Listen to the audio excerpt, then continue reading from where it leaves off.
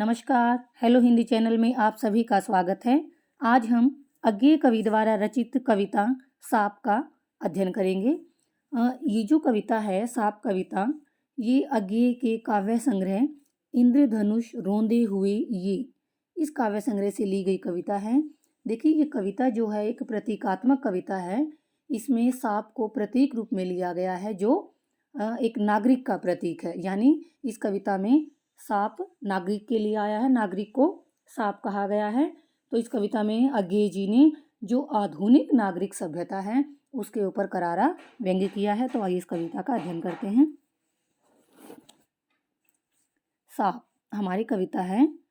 Shop, जैसे कि मैंने बताया, एक प्रतीकात्मक कविता है। साप तुम सभ्य तो हुए नहीं, नगर में बसना भी तुम्हें नहीं आया। अब कवि क्या कहता है कि जो आधुनिक नागरिक है उस पर व्यंग्य करते हुए कहता है कि साप, हे साप, तुम सभ्य तो हुए नहीं, कि तुम अपने आप को सभ्य कहते हो, सभ्य मानते हो, लेकिन तुम सभ्य हुए नहीं हो।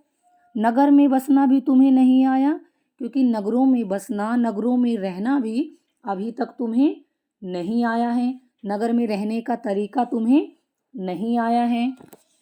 एक बात पूछूं, फिर कवि कहता है कि मैं तुमसे एक प्रश्न पूछूं, उत्तर दोगे? क्या तुम उसका सही सही जवाब दोगे? तब कैसे सीखा डसना, विष कहाँ से पाया? कि तुम नगर में बसने का तरीका तुम्हें नहीं आया, तुम सभ्य भी नहीं हुए, तो जो दूसरों को डसना, दूसरों को काटना, डंक मारना, ये तुमने कहाँ से सीखा? विष कहाँ से पाया? और ये जहर जो तुम्हारे अंदर है, वो जहर भी तुम्हें कहाँ से प्राप्त हुआ? यानी जहर कौन सा? जो ईर्ष्या द्वेष का जहर है, वो तुम्हें कहाँ से मिला? जो छल कपट का व्यवहार तुम दूसरों के साथ करते हो, वो तुम्हें कहाँ से प्राप्त हुआ? यानी इस कविता में कवि ये कहना चाहता है कि अपने आप को सभ्य कहलाने वाला जो शहरी नागरिक है, वो आज पूरी तरह से आत्म केंद्रित हो चुका है। उसका पूरा का पूरा ध्यान अपने ऊपर ही है, वो स्वार्थी हो गया है। उसके अंदर जो मानवता के गुण है, दूसरे के प्रति जो मानवता उसको दिखानी चाहिए, वो उसके अंदर नहीं है।